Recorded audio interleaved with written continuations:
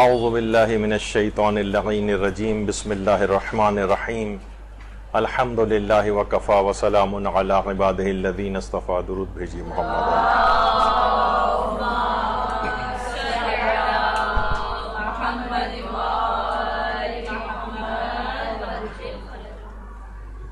قرآن کے سلسلے میں جو انحرافات اور شبہات کے اور اعتراضات کے جوابات کے سلسلے میں ہماری جو سیریز چل رہی ہے، اس میں آج شاید 2 موضوعات پر، یا اتنا وقت نہیں بچا تو ایک پر ہی اکتفا کرنا ہوگا. اس میں پہلا موضوع یہ ہے کہ قرآن میں تفکر و تدبر کی خود قرآن نے دعوت دی ہے اور اس کی بہت اہمیت کے اوپر بہت زیادہ زور دیا گیا ہے، لیکن عام افراد جب اس پہ تفکر و تدبر کرنا شروع کرتے ہیں، ابھی ہم آگے چل کر وہ بھی ذکر کریں گے کہ عام افراد کے لیے تفکر و تدبر کس طرح سے ہوتا ہے اور جو اس کے اہل ہیں وہ کیسے تفکر و تدبر کرتے ہیں. لیکن عام طور پر یہ دیکھا گیا ہے کہ جب عام عوام اس پر یہ کام شروع کرتی ہے تو بہت انحرافات کا شکار ہو جاتی ہے. اعتقاداتی انحرافات بھی ہوتے ہیں اور عملی انحراف بھی ہوتے ہیں. دیکھیے، قرآن کی تعلیم اس قدر ضروری ہے کہ اس سے پہلے کے لیکچرز میں بھی ہم بیان کر چکے ہیں کہ جو ہمارے چھٹے امام جعفر صادق علیہ السلام نے فرمایا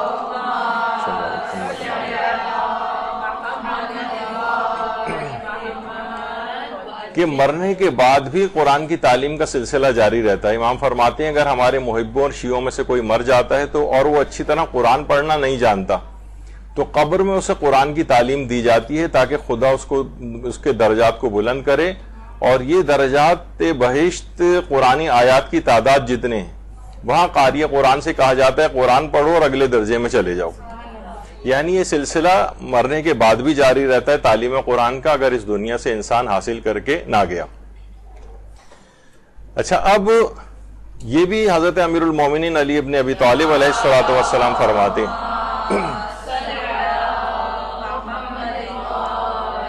فرماتے ہیں کہ علم 4 طرح کا ہوتا ہے: نفع دینے والا، شفاعت کے لائق بنانے والا، بلندی دینے والا اور پستی دینے والا. نفع دینے والا علم شریعت کا علم ہے، شفاعت کے لائق بنانے والا علم قرآن کا علم ہے، اور بلندی دینے والا علم نحو کا علم ہے، اور پست کرنے والا علم نجوم کا علم ہے.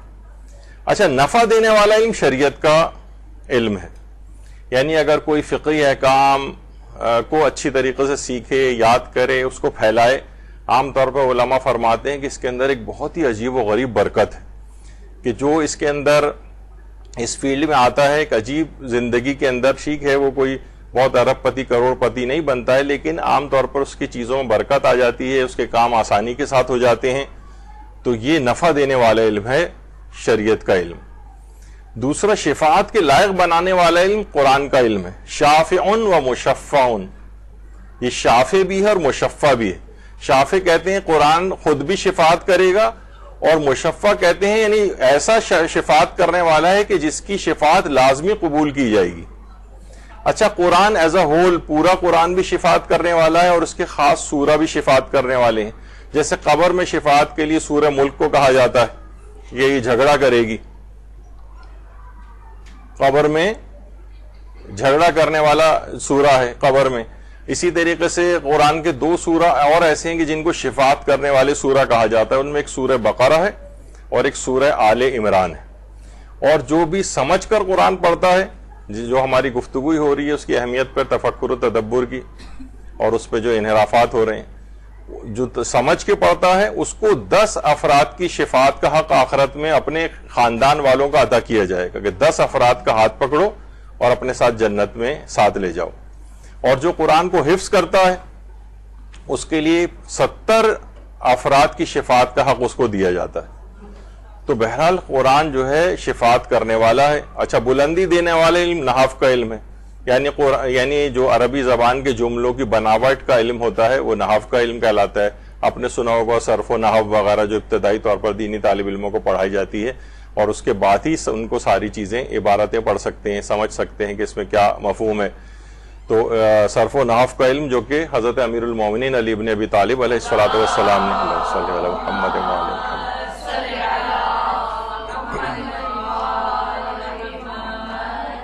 ابو الاسود دوئلی ان کو سکھایا تھا اپنے ایک صحابی کو، بعد میں انہوں نے باقاعدہ اس علم کی تدوین کی، صرف و نحو وغیرہ کی، خاص طور پر نحو کی.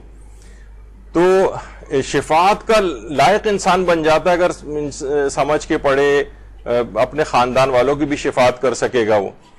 اور اس حد تک اس کی اہمیت ہے کہ حضرت امیر نے ایک دفعہ حضرت جابر بن عبداللہ انصاری کی تعریف کی تھی، تو کسی نے کہا مولا آپ باب علم ہونے کے باوجود جابر کی تعریف کر رہے ہیں. امام نے فرمایا تو معلوم نہیں کہ جابر اس آیت کی تفسیر کو سمجھتے تھے، سورہ قصص کی آیت نمبر 85 کو. یعنی ایک آیت کی تفسیر کو اور سمجھ، اس میں تفکر و تدبر کر کے پائے تکمیل تک اس کو پہنچانا، اس علم کو، یعنی اس لحاظ سے حضرت امیر جابر کی تعریف کر رہے ہیں. اس کا مطلب ہے کہ قرآن میں تفکر و تدبر کی بہت زیادہ اہمیت ہے. اور یہ بھی ہے کہ ایک جب چھٹے امام سے یہ بات پوچھی گئی تھی، جب ایک رات میں ختم قرآن کے بارے میں آپ سے پوچھا گیا، تو امام نے فرمایا مجھے کوئی خوشی نہیں ہوتی کہ تم قرآن کو 1 ماہ سے کم میں ختم کرو. یعنی شاید امام کا مقصد یہ ہو کہ قرآن کو سمجھ کے پڑھنے سے یہ بات مانے ہو جائے گی کہ تم اتنی تیز رفتاری کے ساتھ پڑھو گے. جیسے کہ ہم نے پچھلی نشست تو آپ لوگوں میں نہیں ہوئی تھی، وہ ہفتے والی کلاس میں ہو گئی تھی، امید ہے کہ آپ نے سن لی ہوگی ختم قرآن کے سلسلے میں. تو اس میں ہم نے یہ والی چیز بیان کی تھی کہ زیادہ ریکمینڈڈ نہیں ہے کہ بہت مختصر مدت میں انسان قرآن کو ختم کرے، سوائے کہ رمضان المبارک کا ایک استثناء ہے. تو کیونکہ انسان اتنی جلدی اس کو سمجھ نہیں سکتا ہے. یعنی بہرحال ایک آپ سے ایک تقاضا کیا گیا ہے کہ قرآن کو سمجھ کے بھی پڑھنا چاہیے. اور پیغمبر اکرم صلی اللہ علیہ وآلہ وسلم نے فرمایا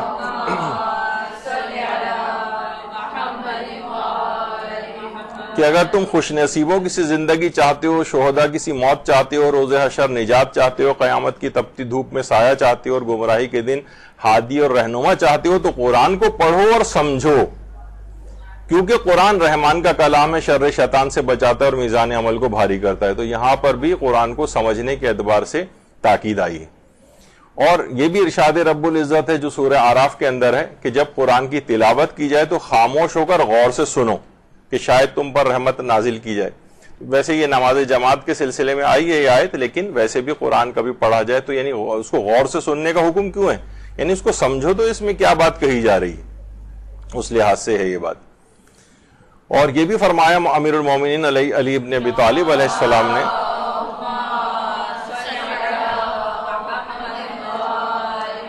کہ قرآن کو سیکھو کیونکہ وہ بہترین کلام ہے، اور اس کو سمجھو کیونکہ وہ دلوں کی بہار ہے. اور قرآن کی آیات میں علم کے خزانے ہیں، جب اس کے خزانے کھولے جاتے ہیں تو تمہیں اس میں ضرور غور و فکر کرنا چاہیے. یعنی ہم دیکھیں کیا چیز بیان کر رہے ہیں کہ بہرحال تفکر و تدبر کی اپنی جگہ اہمیت ہے. اور یہ بھی فرمایا امام نے کہ اللہ نے قرآن مجید میں ہر چیز کا بیان کیا ہے. خدا کی قسم کوئی چیز نہیں چھوڑی جس کی طرف لوگ محتاج ہیں، مگر یہ کہ اس کو بیان کیا. تبیانا لکل شیء، قرآن میں ہر چیز کا بیان موجود ہے. ہم نے سے پہلے بھی عرض کیا تھا کہ حضرت علامہ طالب جوہری صاحب قبلہ جب یہاں پر تشریف لائے تھے تو اس میں بھی انہوں نے یہی بات کہی تھی، اور اپنی بہت ساری اس میں بھی تقریروں میں بھی بات کہتے تھے کہ قرآن میں ہر چیز کا علم موجود ہے، ہر چیز کا علم موجود ہے. بس یہ کہ ہمیں پتہ نہیں چلتا، یعنی اس کو جاننے والے ہونے چاہیے. جب بھی امام اکثر یہ ہوتا تھا کہ جب کسی آیت کی تشریح بیان کرتے تھے لوگ یہ کہتے تھے کہ ایسا لگتا ہے کہ ہم نے قرآن میں یہ آیت پہلی دفعہ پڑھی. خود امام ابو حنیفہ کے متعلق ملتا ہے کہ وہ جب چھٹے امام سے ملاقات کے لیے آئے تھے اور امام نے استدلال میں آیات قرآن پیش کی تھی تو انہوں نے کہا تھا کہ مجھے لگتا ہے کہ میں پہلی دفعہ ان آیات کو سن رہا ہوں قرآن کے اندر. تو ہر چیز کا بیان موجود ہے، لیکن وہ ہماری ریچ سے باہر ہو جاتا ہے، ہمارے فہم سے. تو جب بھی ائمہ معصومین کی طرف رہنمائی کی گئی کہ وہ جو ہے بیان کریں کسی بھی آیت کی تفسیر، ان کی طرف مراجعہ کرنا چاہیے کہ خود معصومین نے ان آیات کی کیا تفسیر بیان کی ہے. تو ہر چیز کا بیان تو موجود ہے قرآن میں. اور یہ بھی فرمایا چھٹے امام جعفر صادق علیہ الصلوۃ والسلام نے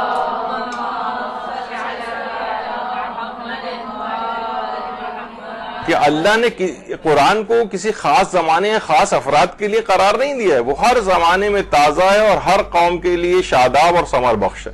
ہر زمانے کے لیے، ہر زمانے کے افراد کے لیے، بلکہ جیسا جیسا زمانہ آگے بڑھ رہا ہے، یہ بھی احادیث میں آیا کہ زمانہ بھی جو ہے قرآن کی تفسیر کرتا ہے. بہت سی چیزیں وقت گزرنے کے ساتھ ساتھ سمجھ میں آتی ہیں. تو بہرحال یہ تو ہے کہ بہرحال تفکر و تدبر کے لحاظ سے، لیکن ایک مسئلہ آگے چل کر اس تفکر و تدبر کا ایک نتیجہ یہ نکلتا ہے جس سے اپنے آپ کو بچانا ضروری ہے۔ پیغمبر اکرم صلی اللہ علیہ وآلہ وسلم فرماتے ہیں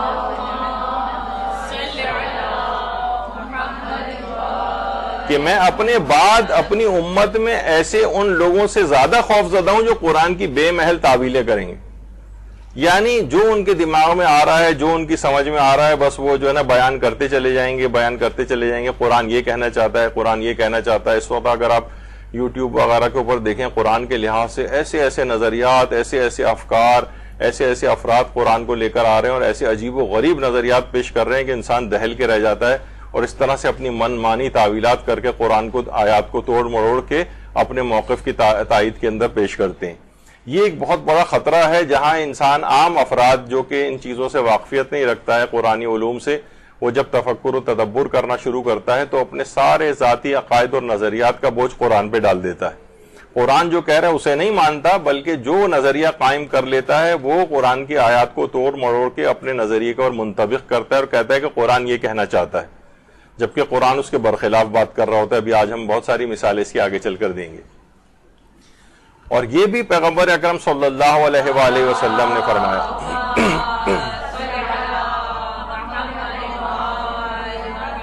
کہ اللہ تعالیٰ فرماتا ہے کہ وہ شخص مجھ پر ایمان نہیں رکھتا جس نے میرے کلام کی تفسیر اپنی طرف سے بیان کی، یعنی اپنی طرف سے تفسیر بیان کر رہا ہے، تفسیر بھی رائے کر رہا ہے۔ جب بھی اس بات کی اہمیت بہت زیادہ ہے، میں اکثر اس بات کو کہتے رہتے ہیں کہ جب بھی آپ قرآن کے لحاظ سے دیکھیے، جب بھی آپ گفتگو سنیں تو آپ کے الارم بج جانا چاہیے، آپ کو ایک لحاظ سے ریڈ لائٹ کا سگنل آ جانا چاہیے۔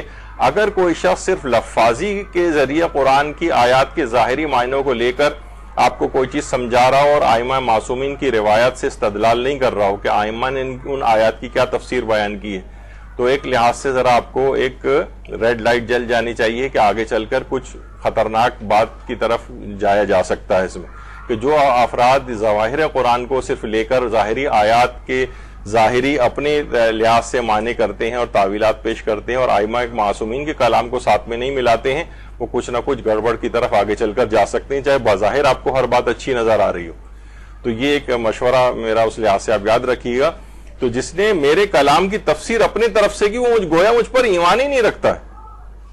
کتنی ابھی اب جو قرآن کے لحاظ سے جو افراد بہت مشہور انٹرنیٹ کے اوپر ہیں اور شیعہ سنی دونوں اس کے اندر موجود ہیں، تو وہاں پہ آپ دیکھیں گے کہ بعض اوقات اس سے خالی ہوتا ہے کہ ائمہ معصومین کی جو احادیث سے یا رسول اللہ کی احادیث سے استنباط نہیں ہو رہا ہوتا ہے، بلکہ اپنا کوئی ذاتی نظریہ پیش کیا جا رہا ہوتا ہے۔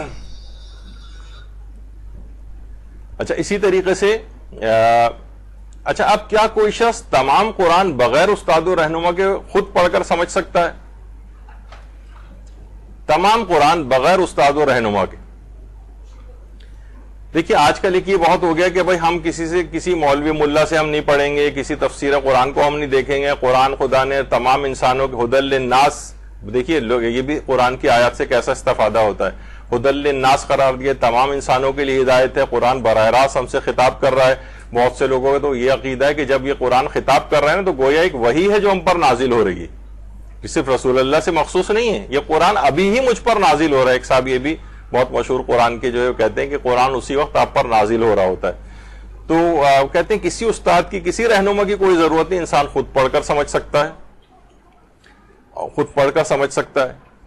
اچھا، اب اگر خود پڑھ کے سمجھ سکتا ہے تو رسول اللہ کیا ناظرہ قرآن پڑھانے کے لیے آئے تھے لوگوں کو؟ بھئی جب آپ خود پڑھ کر سمجھ سکتے ہیں تو رسول اللہ کو پھر قرآن سمجھانے کی کیا ضرورت تھی؟ اس کا مطلب ہے رسول اللہ صرف زبانی طور پر اس طرح مولوی صاحب وغیرہ کوئی بچے کو قرآن پڑھانا سکھاتے ہیں ناظرہ، اس طریقے سے کیا رسول اللہ آئے تھے قرآن پڑھانے کے لیے؟ اچھا، جبکہ قرآن کے اندر کیا کہا جا رہا ہے کہ هو الذی بعث فی الامیین رسولا منہم یتلو علیہم آیاتہ ویزکیہم ویعلمہم الکتاب والحکمہ، یعنی آیات کی ہم نے اس رسول کو مبعوث کیا ہے جو آیات کی تلاوت کرتا ہے، تزکیہ نفس کرتا ہے اور کتاب و حکمت کی تعلیم دیتا ہے۔ اس کا مطلب ہے کہ اگر صرف عربی جاننا ہی کافی ہوتا ہے اس سلسلے میں اور رسول اللہ خود سے تعلیم نہیں دیتے کتاب و حکمت کی، تو انسان جو ہے وہ کیسے یہ تو پھر اس کا مطلب یہ ہے کہ اگر ہمارے درمیان اس قسم کی آوازیں لگنے لگی ہیں تو وہی حسبنا کتاب اللہ جو کہا گیا تھا شروع میں، تو یہ تو اسی طرح کی بات ہو جائے گی. یعنی ہمارے لیے کتاب خدا کافی، ہمیں کسی رہنما کسی بتانے والے کی کوئی ضرورت نہیں ہے.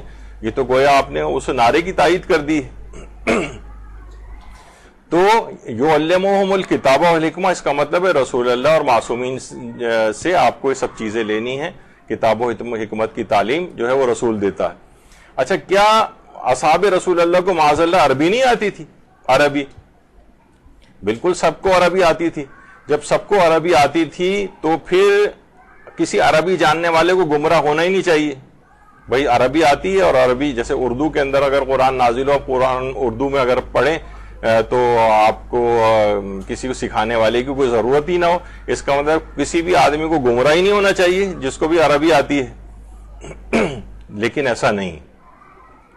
یضل بہ کثیرا ویہدی بہ کثیرا، اکثر لوگ قرآن سے کے ذریعے کثیر تعداد ایسی ہے جو گمراہ ہو جاتی ہے، اور کثیر تعداد ایسی ہے کہ جو کہ ہدایت پا لیتی ہے. وما یضل بہ الا الفاسقین، اور فاسقوں کے علاوہ کوئی گمراہ نہیں ہوتا.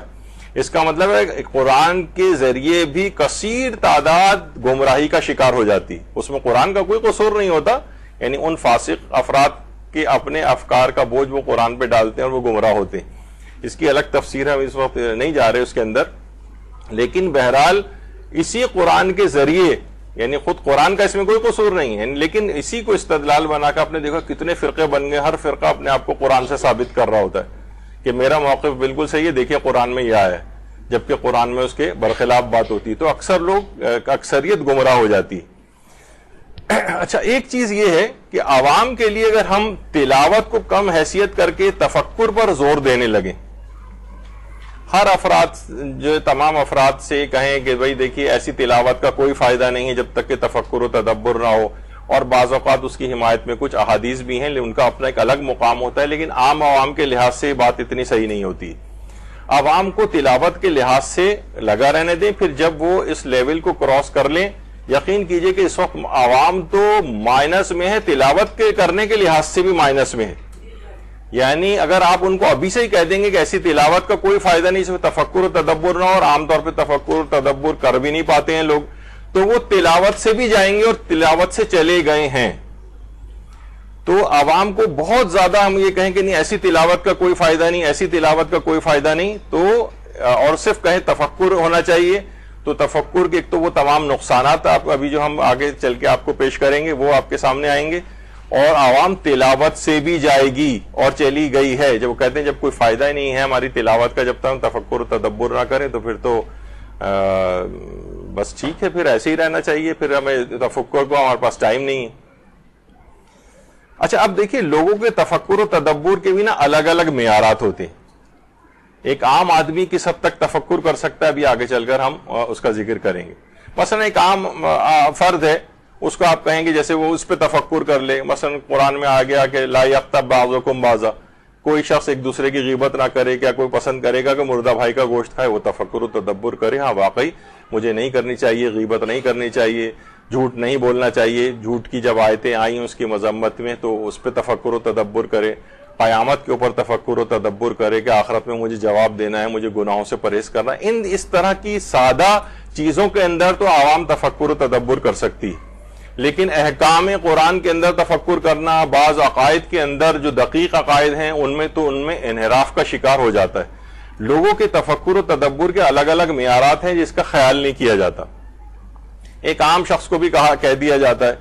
مثلا جب ہم کہتے ہیں، آپ کو پتہ ہے کہ ایک زمانے میں یہاں پر مثلا ہمارے ایک وزیر سائنس اور ٹیکنالوجی تھے ڈاکٹر عطاء الرحمان، وہ اس بات کو بہت زور دیتے تھے کہ ملک میں پی ایچ ڈیز کی بہت کمی، تو اربوں خربوں روپے کا بجٹ ان کے اوپر ایک اعتراض ہوتا تھا. ابھی میں اس میں نہیں کہ وہ صحیح کہتے تھے یا غلط کہتے تھے، لیکن ایک اعتراض ان پہ ہوتا تھا کہ وہ ملک کہ جس کے اندر یعنی ابتدائی بیسک تعلیم نہیں ہے، وہاں آپ کہہ رہے ہیں کہ خربوں کا بجٹ جو ہے وہ صرف پی ایچ ڈیز کے اوپر لگا دیا جائے. ابھی تو بیسک ہی لوگوں کے پاس ابھی تو گھوسٹ اسکول ہیں، پرائمری یعنی پتہ نہیں کروڑوں کی تعداد میں بچے اسکول نہیں جاتے ہیں، وہاں آپ کہہ رہے ہیں کہ پی ایچ ڈیز کی بہت کمی. تو یہاں پر جب بھی قرآن کے سلسلے میں بات ہوتی ہے نا تو بس وہ والا ہی تقریباً چیز آ جاتی ہے کہ تفکر و تدبر اور بڑے ویسے نعرے لگا کر اور نہ عام عوام جو کہ ابھی قرآن پڑھتی بھی نہیں ہے, قرآن پڑھنا بھی نہیں آتا ہے اس کو. میجورٹی اگر آپ دیکھیں 90-95% افراد ہوں گے شاید کہ جن کو قرآن پڑھنا بھی نہیں آتا ہے, اور تلاوت قرآن تقریباً 90-95% لوگ روزانہ کرتے ہی نہیں, شاید 2-3-4% لوگ تلاوت کرتے ہوں گے. تو ان میں اگر آپ تفکر و تدبر, تو یہ گویا پی ایچ ڈیز والی چیز ہے. آپ اس پہ روتے رہیں گے کہ ملک میں پی ایچ ڈی بہت کم ہے. اور بھائی یہاں پہ تو ابھی لوگوں کی بیسک ایجوکیشن نہیں, کروڑوں بچے اسکول نہیں جاتے, تو اس وجہ سے یہاں پر یہ کچھ مسائل اس سلسلے میں ہو جاتے ہیں. تو عوام کو کن قرآنی آیات میں تفکر کرنا چاہیے جو سادہ ہیں, اخلاقیات پر مبنی ہیں, سادہ عقائد پر مبنی ہیں, ان میں تفکر و تدبر عام عوام کر لے. لیکن پورے قرآن میں اس لحاظ سے تفکر و تدبر کی ان کو دعوت دینا, وہ بہت سارے انحرافات کا, یعنی بیسک چیزوں کو چھوڑ کر اور اگلی مرحلے کے اوپر, میٹرک والے سے آپ کہیں کہ بھائی اب تم پی ایچ ڈی ایک دم سے کیوں نہیں کر لیتے ہو, بھائی ابھی اس لیول کے اوپر ہے ہی نہیں, ابھی تو مڈل 8ویں جماعت کے اندر آپ اسے کہہ رہے ہیں پی ایچ ڈی نہ کرنے کی مذمت پہ زور دے رہے ہیں اسے. یہ بہت بڑا مسئلہ ہے. اچھا, صرف زبان جاننا بھی کافی نہیں, یا تراجم جاننا بھی. مثلا کیا آپ کوئی عام انگریزی جاننے والا کتابیں پڑھ کر گھر بیٹھے ڈاکٹر بن سکتا ہے, سرجن بن سکتا ہے, پائلٹ بن سکتا ہے؟ مثلا کوئی ڈاکٹر کوئی کہے کہ بھائی انگریزی میں تو ہیں کتابیں اور انگریزی مجھے آتی ہیں, میڈیکل کی کتابیں میں گھر پہ بیٹھ کے پڑھ رہا ہوں. کوئی ڈاکٹر کے پاس آپ جائیں, وہ کہے گا میں نے ساری کتابیں گھر پہ پڑھی ہیں, اور فوراً اٹھ کے آ جائیں گے نہیں بھائی آپ سے علاج نہیں کروانا ہے. سرجن کہے کہ بھائی میں نے 100 کم سے کم یوٹیوب کے اوپر آپریشنز دیکھے ہوئے ہیں, یہ والے جو میں آج آپ کا پہلی دفعہ کرنے کے لیے آ رہا ہوں, تو کوئی اس سے آپریشن نہیں کرائے گا, آپریشن ٹیبل سے اٹھ کر بھاگ جائیں گے لوگ. پائلٹ اگر اعلان کرے کہ آج میری پہلی فلائٹ ہے, ماشاءاللہ سے کچھ دعا کیجیے گا کامیاب, سارے مسافر اتر کے بھاگ جائیں گے وہاں سے. تو بہرحال یہ کیا ہے کہ یعنی فقط یہ تو پھر بھی یعنی ایک خاص علم حاصل کیا جاتا ہے, اس سے گو تھرو ہوا جاتا ہے, امتحان پاس کیے جاتے ہیں, پھر اس کے بعد جو ہے وہ اس علم کو انسان حاصل کرتا ہے. یہاں آپ کہہ رہے ہیں قرآن کے سلسلے میں ہر شخص بس نا آزاد ہے, یعنی وہ قرآن کے اندر کود پڑے اور اپنے عقائد بھی اس سے نکال لے خود ہی تمام چیزیں, کیونکہ یہ تو ہدی للناس سے سب انسانوں کے لیے ہدایت ہے, اور وہ ہے بھی ہدایت. لیکن اصلاً یہ تمام چیزیں ایسے ہی ہے جیسے کوئی جب عام علوم جو ہیں وہ انسان گھر بیٹھے نہیں حاصل کر سکتا ہے, بس ایسی کتابیں پڑھ لیں اور وہ جو عالم فاضل بن گیا, اور پھر درس قرآن دینے شروع کر دی اور مفسر قرآن بھی بن گیا مثلاً وہ. تو یہ تمام چیزیں کیا ہیں, یہ متخصصین کے ذمے رکھیں. ہاں عام عوام اخلاقیات اور جو سادہ عقائد ہیں یا تاریخ کی کچھ باتیں اس کے اندر غور و فکر کر سکتے ہیں, اور جو پہلے سے ثابت شدہ چیزیں. اچھا دیکھیے, اصحاب معصومین جو سب عربی جانتے تھے, بہت فصیح و بلیغ تھے, وہ بھی آیات قرآنی کے معانی آ کر ائمہ معصومین سے پوچھا کرتے تھے, رسول اللہ سے پوچھا کرتے تھے آ کر. امام حسین علیہ السلام فرماتے ہیں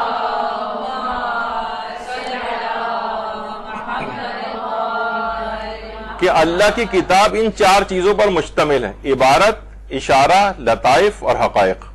عبارت عوام کے لیے, دیکھیے ابھی ہم جو سے پہلے کہہ رہے تھے نا, عوام کو ایک دم سے پی ایچ ڈی میں چھلانگ مت لگوائیے, وہ گمراہ ہو جائیں گے. عبارت عوام کے لیے, یعنی وہ عبارتیں پڑھیں, الفاظ پڑھیں, اس کا ترجمہ بھی چاہیں اس کا پڑھ لیں, لیکن تلاوت قرآن کی طرف رہیں. یہاں عوام کے لیے اتنا ہے. اشارہ خواص کے لیے, اس میں خواص کے لیے اشارے ہوتے ہیں. مثلا میں نے ایک دفعہ اس سے پہلے کبھی آیت پیش کی تھی, اور علماء نے تو 75 صفحات اس آیت کی تشریح میں لکھے ہیں. ان جاءکم فاسق بنبأ فتبینوا, جب کوئی فاسق تمہارے پاس خبر لے کے آئے تو تحقیق کر لیا کرو. اچھا, اگر فاسق خبر لے کے آئے تو تحقیق کر لیں. اب دیکھیے کیا ہے, خواص کے لیے اشارے ہیں, اور عادل خبر لے کے آئے تو کیا تب بھی تحقیق کریں؟ آپ کہیں کہ ہاں پھر بھی تحقیق کریں, تو یہ تو فساد کے خلاف نہیں ہو جائے گا. جب فاسق میں بھی تحقیق کی ضرورت ہے اور عادل میں بھی تحقیق کی ضرورت ہے, تو اللہ زیادہ فصیح ہے قرآن, تو وہ یہ کہہ دیتا کہ عادل بھی خبر لے کے آئے تو تحقیق کر لیا کرو. لیکن یہ نہیں کہا, اس کا مطلب ہے عادل میں تحقیق کی ضرورت نہیں اور عادل کی بات کو قبول کیا جائے گا, یعنی اس کے اندر چھپا ہوا یہ خواص کے لیے اشارہ ہے.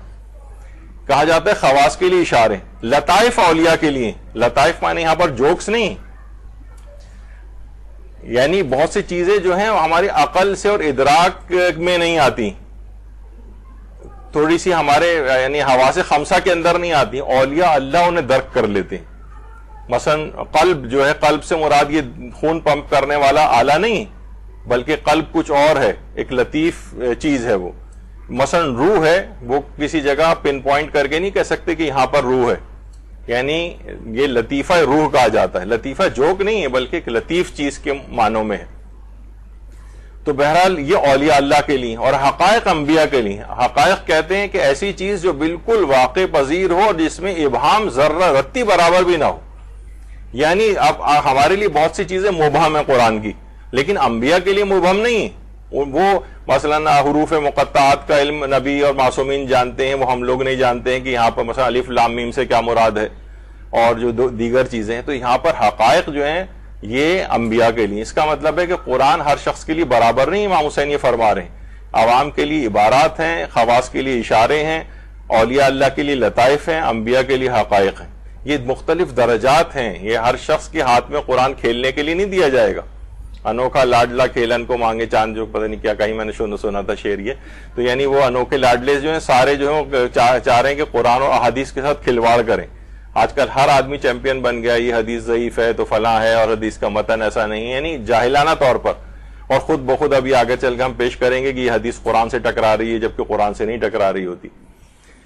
اچھا، اب ایک چیز اور بھی ہے کہ قرآن قطعی الصدور و ظنی الدلالہ ہے. ذرا مشکل سی ایک چیز آ گئی ہے. کہا جاتا ہے کہ قرآن قطعی الصدور و ظنی الدلالہ ہے، اور حدیث جو ہے وہ ظنی الصدور اور قطعی الدلالہ ہوتی ہے. اس پہ بھی علماء کی بحثیں ہیں کافی.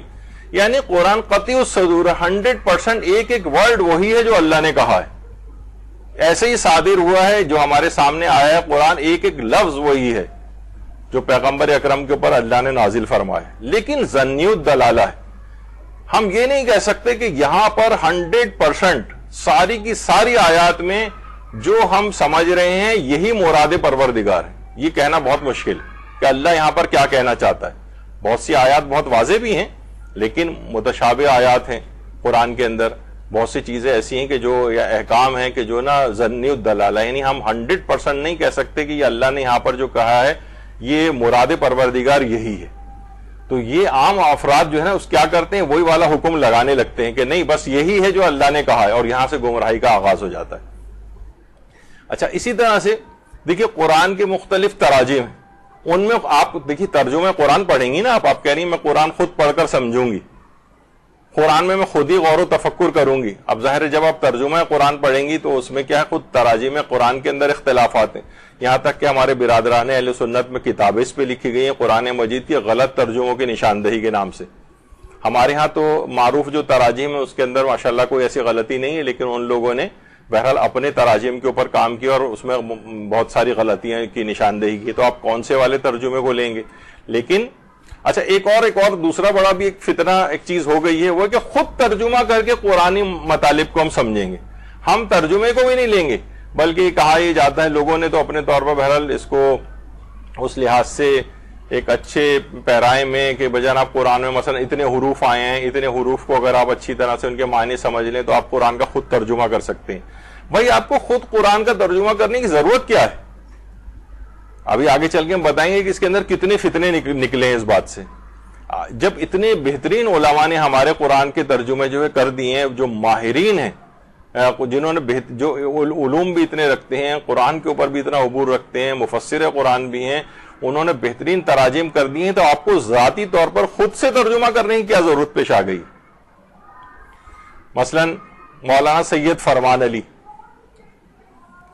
کتنے زبردست، آپ نے آج بھی تقریباً ہر گھر کے اندر مولوی فرمان علی کا ترجمہ قرآن جو ہے وہ موجود ہے. اور بڑی ویسی شخصیت تھی ان کی، سید فرمان علی کی. اور یہاں تک کہ ان کے ایک دوست تھے رحمت اللہ نام کے، جو برادران اہل سنت سے تعلق رکھتے تھے لیکن بے تکلف دوست تھے. انہوں نے ایک دفعہ ان پہ طنز کر دیا تھا کہ شیعوں میں حافظ قرآن نہیں ہوتے، تو انہوں نے فقط 5 مہینے میں پورا قرآن حفظ کر لیا تھا، اور ایسا قرآن حفظ کیا تھا کہ الحمد سے لے کر والناس تک بھی سنا سکتے تھے، اور والناس سے معکوساً الحمد تک بھی جا سکتے تھے. تو اس طرح سے انہوں نے کیا تھا. اور علم کے لحاظ سے اس قدر وہ تھے کہ جب یہ ممتاز الافاضل کا امتحان دے رہے تھے تو ان کا پرچہ جو ہے وہ سید محمد کاظم یزدی نجف سے ان کا بن کر آئے تھے، جو صاحب عروۃ الوثقیٰ ہیں. انہوں نے خود پرچہ بنایا تھا، اور جب ان کا پرچہ فقہ اور اصول پہ جو مشتمل تھا، جب یہ ان کی کاپی چیک ہونے کے لیے وہاں پر گئی تو اس قدر فصیح عربی کے اندر انہوں نے جوابات دیے تھے کہ آیت اللہ سید محمد کاظم یزدی بہت متاثر ہوئے, بہت تعریف کی تھی کہ اتنی بہترین میں نے آج تک کبھی جوابات کسی شخص کے نہیں سنے جو انہوں نے جوابات دیے تھے. اللہم صلی علی محمد و علی محمد.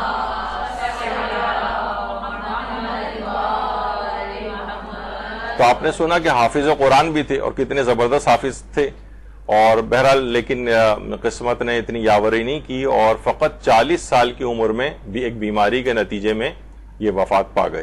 40 سال کی فقط عمر تھی مولوی سید فرمان علی کی. اچھا, اس کے بعد مولانا سید مقبول احمد دہلوی, دہلی سے جن کا تعلق تھا, یہ پہلے غیر شیعہ تھے, بعد میں انہوں نے شیعہ مذہب قبول کیا تھا, اور مولوی مقبول احمد صاحب کا ترجمہ قرآن بھی کتنا زیادہ مشہور ہے. اچھا, ایک بات سید فرمان علی کے متعلق اور بات کہہ دی جائے کہ اتنا زبردست, اب یاد آئی کہ اتنا زبردست انہوں نے ترجمہ قرآن کیا ہے کہ اس زمانے میں جو ماہرین تھے وہ یہ بات کہتے تھے, اور لیکن کوئی ایک لطیف نقطے کے طور پر ایک لائٹر نوٹ میں یہ بات کہتے تھے کہ اگر قرآن اردو زبان کے اندر نازل ہوتا تو مولوی فرمان علی کے اور اس میں بہت ہی کم فرق لوگ پاتے. یعنی اس اتنا ایکوریٹ ترجمہ اور اتنا بہترین ترجمہ انہوں نے جو ہے وہ کیا تھا. اور یہاں تک کہ ان کا جو ترجمہ قرآن ہے وہ الذریعہ الی تصانیف الشیعہ میں آیت اللہ بزرگ تہرانی نے ان کو سید جلیل کہہ کے, سید فاضل کہہ کے مخاطب کیا ہے, اور ان کے ترجمہ قرآن کو اپنی کتاب الذریعہ الی تصانیف الشیعہ کے اندر لکھا ہے. یعنی جو شیعہ کی پرومیننٹ کتابیں تراجم جو لکھے گئے ہیں اس میں بھی ان کو شامل کیا ہے. تو مولانا مقبول احمد دہلوی صاحب, یہ ان کا ترجمہ قرآن اور ان کا تو تفسیر اور جو زمیمہ تو پاکستان میں بین بھی ہو گیا تھا اور حکومت کی طرف سے پابندی لگ گئی تھی کیونکہ اس میں ذرا ایک مناظرانہ رنگ آ گیا تھا, لیکن ابھی بھی کہیں کہیں وہ زمیمہ مل سکتا ہے. لیکن ترجمہ قرآن ان کا بھی بہت ہی زیادہ مشہور ہے اور ابھی بھی لوگوں کے گھروں میں اس انداز سے ہوتا ہے. تو بہترین تراجم ان لوگوں نے کی ہیں. ان کے ساتھ بھی ایک قسمت نے بہرحال یاوری نہیں کی اور یہ بھی 51 سال کی عمر میں انتقال کر گئے. غالباً کوئی ایکسیڈنٹ وغیرہ ہوا تھا کہ جس میں ان کا بیمار ہو گئے تھے اور اس کے بعد انتقال کر گئے. پاکستان میں اس وقت مولانا محمد حسین نجفی صاحب ہیں, ان کا ترجمہ قرآن بھی بہت اچھا ہے, اور اس کے علاوہ علامہ ذیشان حیدر جوادی صاحب کا ترجمہ قرآن جو ہے وہ بھی بہت اچھا ہے, وہ لے کر لوگ اس کو پڑھ سکتے ہیں. اس کے علاوہ آیت اللہ علی نقی نقن صاحب, ان کا ترجمہ قرآن اور جو تفسیر ہے, لیکن ترجمہ قرآن اس لحاظ سے کافی بہترین ہے. اور اس کے علاوہ مفسر قرآن علامہ شیخ محسن علی نجفی, ماشاءاللہ علماء میں سے حیات ہیں یہ, اور ان کا تفسیر قرآن تفسیر کوثر کے نام سے جو شائع ہو چکی ہے, انٹرنیٹ پہ بھی اویلیبل ہے. بہترین تفسیر ہے, بہترین ترجمہ ہے. تو جب یہ اتنے بہترین تراجم موجود ہیں اور لوگ کہہ رہے ہیں کہ جناب مثلا مولوی فرمان علی کا اتنا بہترین ترجمہ ہے کہ شاید قرآن اگر اردو میں نازل ہوتا تو کوئی خاص فرق نہیں ہوتا اس میں, جب یہ موجود ہے تو ہمیں خود سے ذاتی طور پر ترجمہ کرنے کی کیا ضرورت ہے جس کے اندر امکانات بہت اس بات کے ہوں گے کہ ہم بہت غلطیاں کریں گے, کچھ کے کچھ معنی بن جائیں گے. تو یہ سب انحرافات ہیں, اس کی طرف ہرگز نہ جائیے گا. ٹھیک ہے, وہ جو افرادی سکھاتے ہیں کہ اتنے قرآن کے حروف کو اگر سیکھ لیا جائے تو آپ خود سے بھی کر سکتے ہیں ترجمہ, ٹھیک ہے, ایک علم کے طور پر چیز سیکھ لی جائے اس میں کوئی ایسا حرج نہیں ہے, لیکن خود سے ترجمہ کرنے میں بہت گڑبڑ ہے اور بہت زیادہ انحراف کا انسان شکار ہو سکتا ہے کہ خود سے ترجمے کرنے شروع کر دے. اچھا, ایک اور مسئلہ اس کے اندر یہ ہے کہ صرف اور صرف قرآن, بھئی ہمیں قرآن سے صرف فقط دلیل چاہیے, حدیث کو لوگ تو کیا پہلے قرآن کا کوئی آپ لوگوں نے گروپ بنا لیا ہے؟ یعنی ایسے افراد سے ہم یہ پوچھتے ہیں کہ آپ اہل قرآن ہیں, یعنی مثلا آپ صرف قرآن کو لیں گے, حدیث کو کسی کو آپ لیں گے ہی نہیں. بہت سے تو ذاکرین حضرات بھی فخریہ طور پر کہتے ہیں کہ آپ کو پتا ہے کہ میں صرف قرآن سے بات کرنے کا عادی ہوں اور اس قرآن کے علاوہ میں کسی چیز سے بات نہیں کرتا. تو کیا یعنی حدیثوں کے لیے حقارت ہے معاذ اللہ؟ تو یہ خود ایک فتنہ ہے کہ صرف اور صرف قرآن سے جو ہے وہ بات کی جائے گی. قرآن میں تو کتنی چیزیں نہیں ہیں, مثلا قرآن میں سے اگر آپ صرف بات کرتے ہیں اور حدیثوں کو لیتے نہیں ہیں تو آپ نماز کیسے پڑھیں گے؟ نماز کا تو کوئی طریقہ قرآن کے اندر نہیں لکھا ہوا. ابھی ہم ہزاروں قسم کے چیزیں آپ کے سامنے پیش کر دیں جو بظاہر قرآن کے اندر نظر نہیں آتی ہیں, طریقہ موجود نہیں ہے, تو وہ چیزیں آپ کہاں سے اخذ کریں گے؟ تو ہمارے ہاں دیکھیے ایک گروپ وہ ہے جو شیعوں کا اہل حدیث کہلاتا ہے, جو اخباری ہیں, وہ کہتے ہیں وہ قرآن کی بھی بہت زیادہ اتنی تائید نہیں کرتے. وہ کہتے ہیں اس کے اندر بہت ساری ایسی چیزیں ہم صرف اور صرف حدیثوں کو لیں گے, اور مجتہدین اور اجتہاد و تقلید کو بھی نہیں مانتے جنہیں اخباری کہا جاتا ہے. البتہ زیادہ تر اس میں اخباری وہ ہیں جو شام کے اخبارات وغیرہ ایوننگ اسپیشل وغیرہ پڑھتے ہیں اور اخباری کہلاتے ہیں, ورنہ اور اس جو اصل اخباری تھے وہ بہت پڑھے لکھے اور خود ہی قریب الاجتہاد یا مجتہد افراد ہوا کرتے تھے. تو شیعوں کے ہاں اہل حدیث ایک تو اہل قرآن کا ایک گروپ بن گیا ہے جو کہتے ہیں ہم صرف قرآن صرف قرآن صرف قرآن, اور کچھ ہیں وہ کہتے ہیں نہیں صرف احادیث صرف احادیث, مجتہد کا فتویٰ بھی نہیں لیں گے, صرف حدیث چاہیے, قرآن کی آیت بھی پیش کریں وہ کہیں گے نہیں اس کے یہ معنی نہیں ہے بلکہ ہم جہاں حدیث دیکھیں گے. اچھا تو اس سے کیا ہوتا ہے کہ آیات کا نا غلط انطباق شروع کر دیتے ہیں کہ یہ آیت اس مقصد کے لیے آئی ہے خود سے ہی, تو یہ عقیدوں اور عمل کے انحرافات شروع ہو جاتے ہیں. یہی وجہ ہے کہ تفسیر نمونہ میں آیت اللہ ناصر مکارم شیرازی نے پہلی جلد میں لکھا ہے کہ تفسیر قرآن کے سلسلے میں روش بہت زیادہ خطرناک ہے. انسان مکتب قرآن میں شاگردی اختیار کرنے کے بجائے اس عظیم آسمانی کتاب کے مقابلے میں استاد بن بیٹھے, یعنی قرآن سے استفادہ کے بجائے اپنے افکار کا بوجھ اس پر ڈال دے. اس کا مطلب یہ کہ کہیں ایسا نہ ہو کہ انسان اپنے ماحول, تخصیص علمی, مخصوص مذہب, اپنی ذاتی رائے کو قرآن کے نام پر اور قرآن کی صورت میں پیش کرنے لگے, اور یوں قرآن ہمارا امام و پیشوا و رہبر و قاضی و فیصلہ کرنے والا نہ رہے بلکہ الٹا وہ ہمارے اپنے نظریات کی مسند نشینی اور ہمارے اپنے افکار و نظریات کی جلوہ نمائی کا ذریعہ بن جائے. یہ تفسیر نہیں ہے بلکہ تحمیل ہے, اس سے فیصلہ لینا نہیں ہے بلکہ اس پر حکم چلانا ہے. یہ ہدایت نہیں ہے بلکہ ضلالت و گمراہی.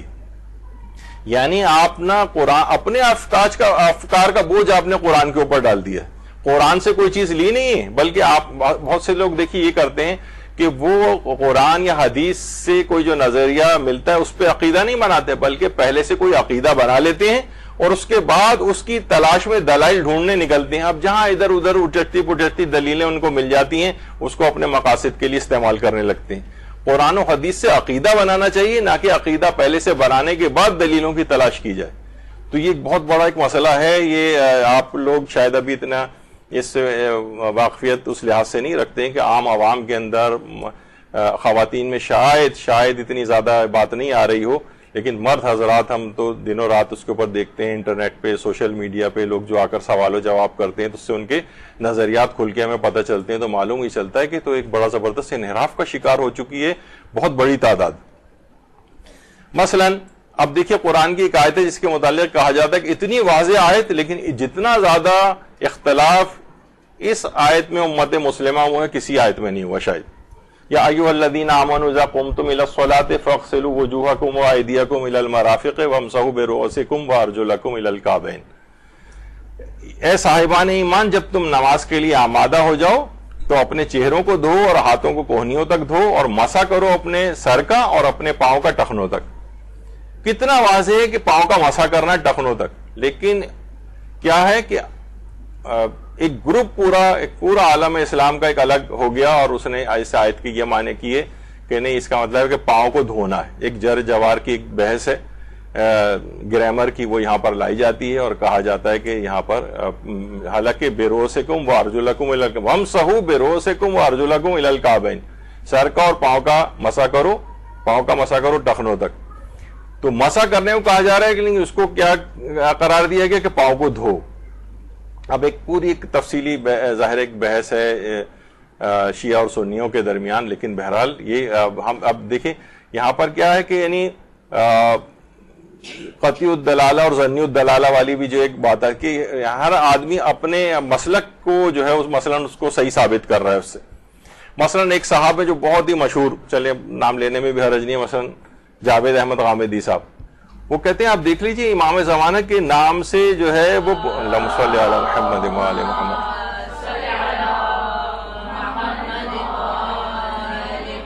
کہ پورا قرآن امام مہدی کا کہیں ذکر نہیں. تو وہ اس لحاظ سے امام مہدی کا بالکل صریحاً انکار کرتے ہیں.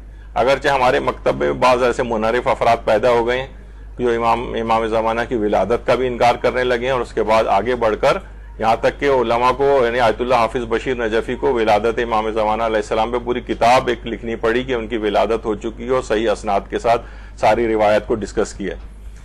تو انہوں نے کہا کہ جناب قرآن کے اندر تو آیات ہی نہیں ہے, قرآن تو خالی ہے. آپ دیکھیں جا کے ان کا انٹرنیٹ وغیرہ کے اوپر, تو اس موضوع پر پوری کتابیں لکھی گئی ہیں المہدی الموعود فی قرآن الکریم، اور امام زمانہ پر تقریباً 7.5 سے 10,000 احادیث موجود ہیں.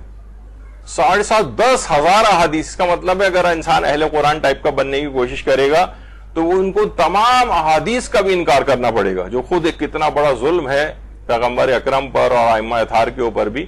تو بہرحال یہ کہ جو اس طرح کے نعرے بلند کرتے ہیں تو یہ کہتے ہیں دیکھیے خالی ہے ان سے، جبکہ قرآن کے اندر کتنی آیات ہیں، پوری کتابیں لکھی گئی ہیں. اور جناب المہدی فی القرآن والسنہ کے نام سے جو ہے اہل سنت علماء نے بھی جو ہے کتابیں لکھی ہیں. تفاسیر کے اندر ان کی جو ہے وہ تفسیر روح المعانی کے اندر جو علامہ آلوسی، جن کو بہت متعصب اہل سنت کہا جاتا ہے اور شیعوں پر کڑی تنقید کرتے ہیں اپنی، انہوں نے بھی کہا ہے کہ مثلا قرآن کی کتنی آیتیں ہیں، وہ الذی ارسل رسولہ بالہدی ودین الحق لیظہرہ علی الدین کلہ ولو کرہ المشرکون. تو یہ جو ہے یہ امام زمانہ امام مہدی علیہ السلام کے لیے جو ہے وہ آئے گی.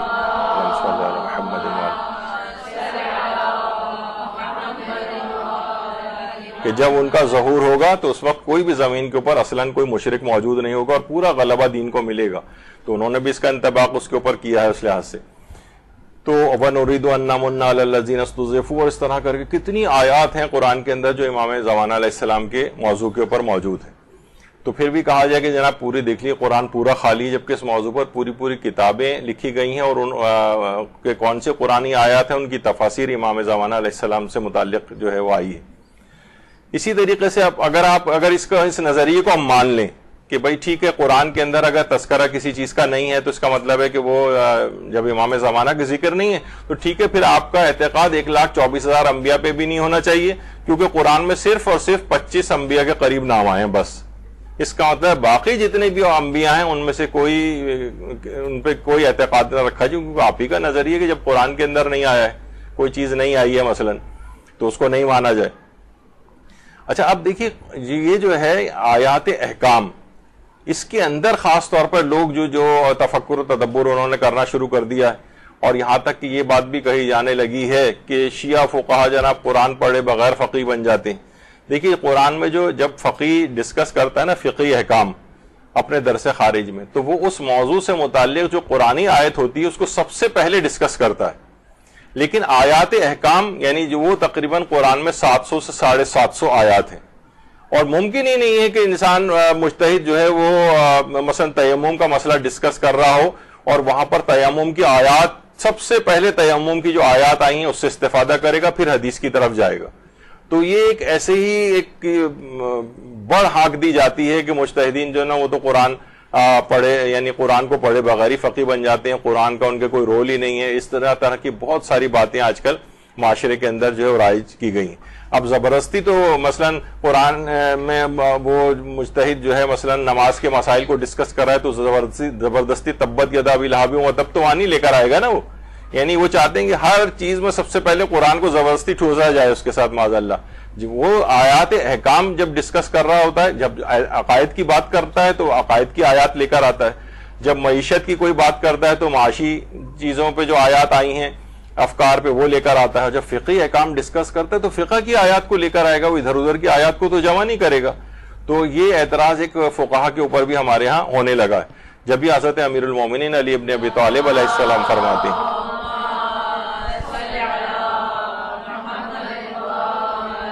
کہ فقہا کے دلوں کے لیے بہار قرآن ہے، یعنی فقہا کے دل کی بہار، اور آپ کہہ رہے ہیں کہ جناب فقی جو ہے وہ تو اس کا قرآن سے کوئی سروکاری نہیں ہے.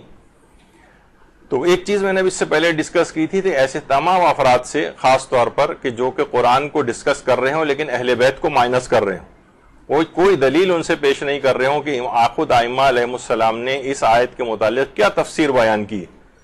وہ اس کو اگر ڈسکس کر کے صرف ظاہری آیات کو لیا جا رہا ہے اور تقریباً وہابی افکار سے متاثر ہو کر اور بالکل بس وہ جس طریقے سادہ سے ایک معنی کر کے اور اپنے لحاظ سے بات کو توڑ مروڑ کے پیش کیا جائے تو اہل بیت اس میں سے مائنس ہوں تو سمجھ جائیں خطرے کی گھنٹی بج گئی اور کچھ نہ کچھ افکار غلط طور پر آپ کے اندر آ سکتے ہیں. مثلا اب اگر کہا جائے کہ صرف قرآن کے اندر جو چیز آئی ہے ہم صرف اسی کو مانیں گے تو اس کا مطلب ہے آپ کو نماز آیات بھی سب چھوڑنی پڑیں گی. قرآن میں نماز آیات کا اس لحاظ سے کوئی حکم موجود نہیں کہ نماز آیات کا پڑھنا واجب ہے.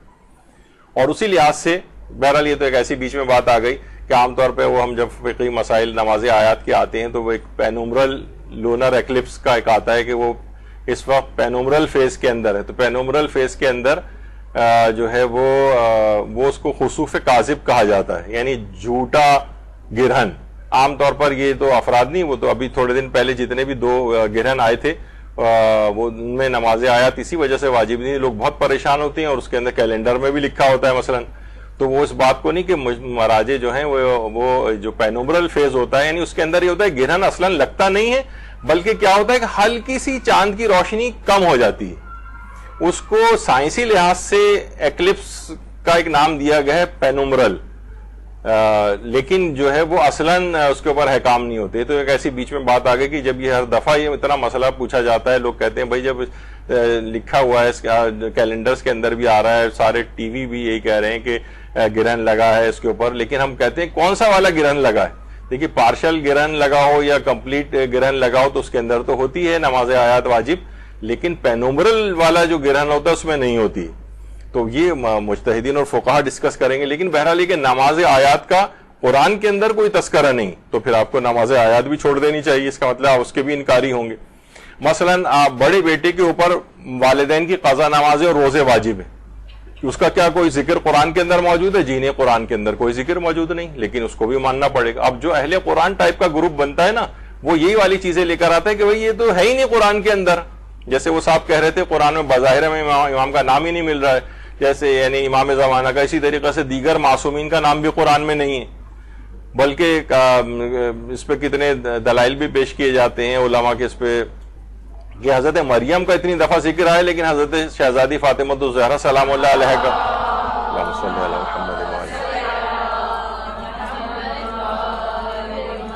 ان کا نام لے کر الگ سے کوئی ذکر نہیں آیا. البتہ خود علامہ عقیل الغربی صاحب نے پورا کہ امیر المومنین کا نام خود قرآن میں کتنی دفعہ کتنے الگ الگ القاب کے ساتھ جو ہے وہ آیا ہے, اور وہ ان کا ایک پورا اس کے اوپر وہ بھی موجود ہے.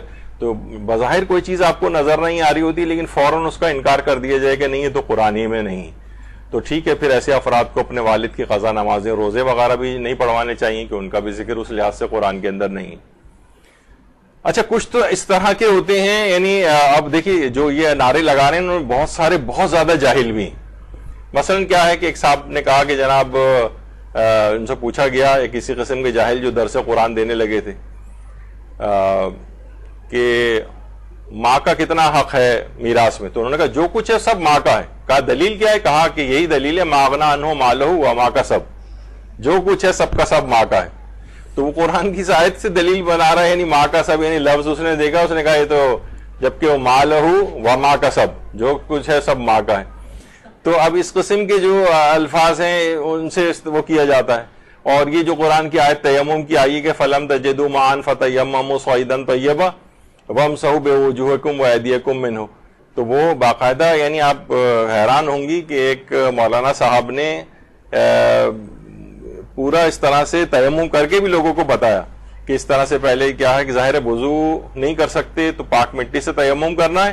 تو پہلے مٹی کو تھوڑا سا منہ میں لے کے اسے تھوکا جائے, پھر ناک میں تھوڑی سی, پھر اس کے بعد ہاتھ منہ کے اوپر کر کے انہوں نے پورا تیمم اس طرح سے بتایا. تو دیکھیے یہ پھر کیا ہے, قرآن کے ساتھ ایک کھلواڑ, ایک ہر شخص اپنے اپنے معیار کے مطابق قرآن سے کھلواڑ کرنے لگتا. اور ایک تو ابھی بھی شاید یوٹیوب کے اوپر, آپ انٹرنیٹ کے اوپر بھی دیکھ سکتے ہیں کہ پانی نہیں ہے. ایک صاحب خانہ کعبہ کے سائن میں ٹنکیاں لگی تھیں, ان میں پانی ختم ہو گیا تھا, تو انہوں نے ویسے ہی کھول کے اور ایک ورچوئل وضو جو ہے کیا کہ مثلا خیالی پانی لے رہے ہیں, اس کو ناک میں ڈال رہے ہیں, منہ میں ڈال رہے ہیں, اور ایسی کوئی چیز نہیں, پورا وضو وہ اس طرح سے کر رہے ہیں. تو ہر آدمی اس طرح سے قرآن کے ساتھ, یعنی عام عوام کو اس طرح کے تفکر و تدبر میں ڈالنا, ان کو یا تو خطرات سے بہت آگاہ کریں کہ بھئی ہر شخص اپنی لمٹ سے آگے نہ بڑھے. یہ کون سا تفکر و تدبر ہے کہ نئے نئے نظریات آپ نے اس طرح سے ایجاد کرنا شروع کر دی.